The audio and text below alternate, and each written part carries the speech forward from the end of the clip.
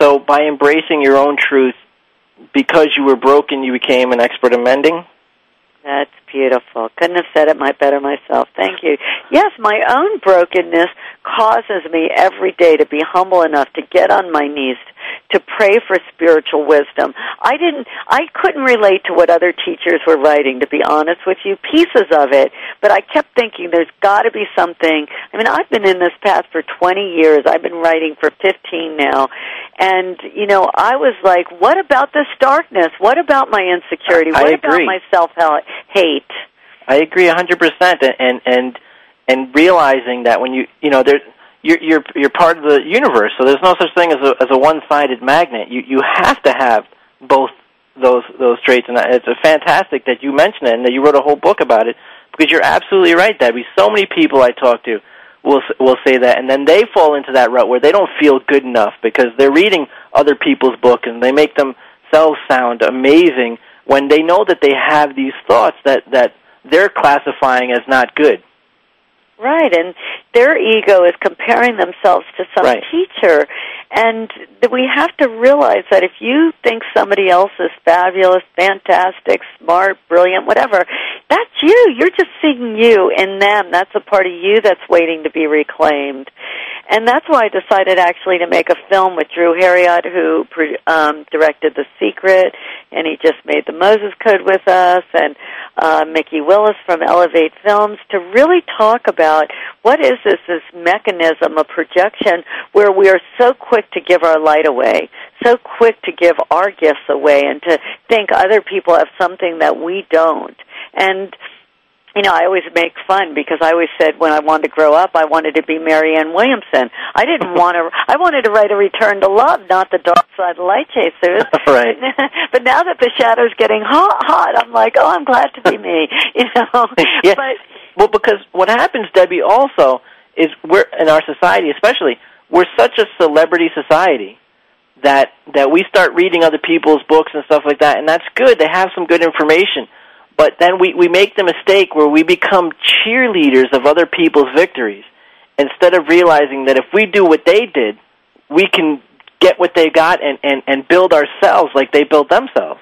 And that's brilliant and to really go back to the fundamental, we are not here to be other people's cheerleaders first.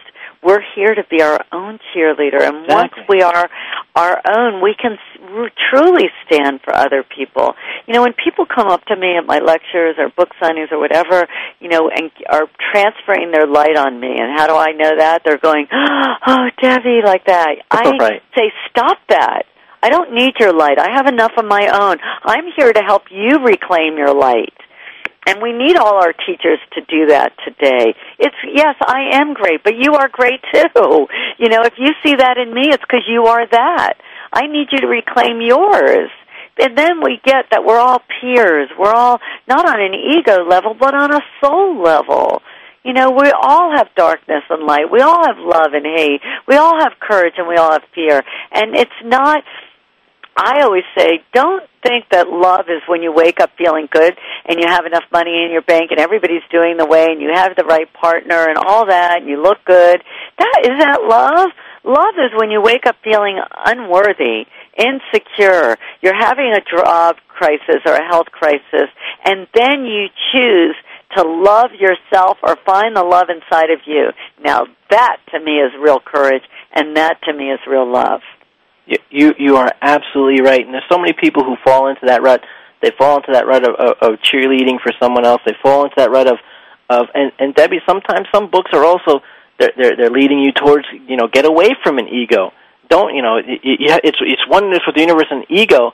And the way that I tell my listeners is that when an artist draws something or creates something, they put it in a museum and they put it up on a pedestal and they put the proper lighting around it. They really celebrate this creation from this artist.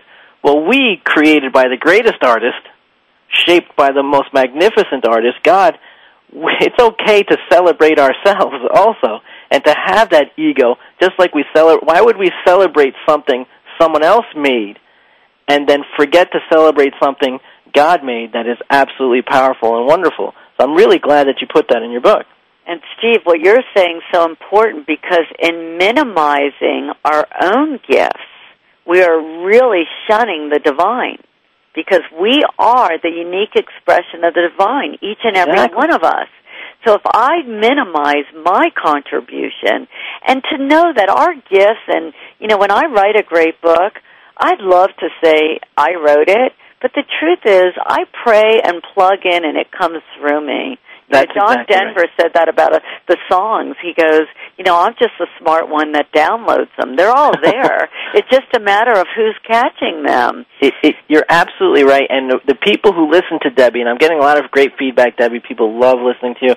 When you're listening to Debbie and saying she's great, you're absolutely right, she's great, and you are too. But understand that she's saying what she's saying, and the fact that you understand what she's saying and that you're taking it to heart is because your soul recognizes that. It's kind of like, what good is music if the audience is deaf?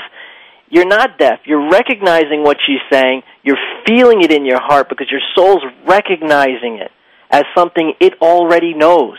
So, yes, Debbie is great, but so are you. We're actually going to take a break now. We're going to continue this conversation with Debbie Ford. Her website is debbieford.com. She's got a ton of books out. Her newest one is Why Good People Do Bad Things, How to Stop Being Your Own Worst Enemy. I'm really enjoying this conversation. So are you. I am going to get to some feedback when we get back. That's, again, debbieford.com. You're listening to Empowered Living, Life, the Truth, and Being Free. We'll be right back. Welcome back. You're listening to Empowered Living, Life, the Truth, and Being Free. I'm your host, Steve Maraboli. For more information about A Better Today, our speeches, programs, charities, and seminars, please visit abettertoday.com or stevemaraboli.com. We have an amazing free newsletter that's multi-pages. It's inspiring. It's motivating. It's educational. It's whatever I throw on there. It comes once a week, so check that out. It's free at abettertoday.com. Also, our radio show keeps expanding. Our audience gets larger and larger. Again, we're the most listened to internet talk radio show in the country. So check out all our information at empoweredlivingradio.com. We're speaking with Debbie Ford. She is the best-selling author of several books, including her newest book, Why Good People Do Bad Things, How to Stop Being Your Own Worst Enemy.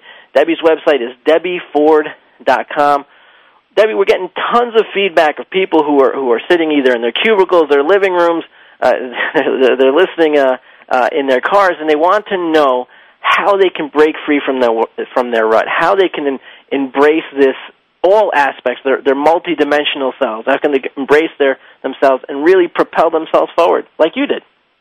Well, I think that the first thing, just that they would be interested and ask the question, they're 90% there. You know, just to know, I've got to embrace and learn. Make that your daily mission. How can I learn to love some other part of me?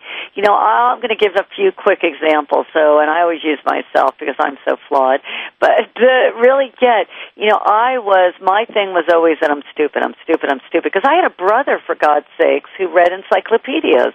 So, you know, he was doing, you know, calculus in the 7th grade. Of course I would, even if I was smart, I would have felt stupid.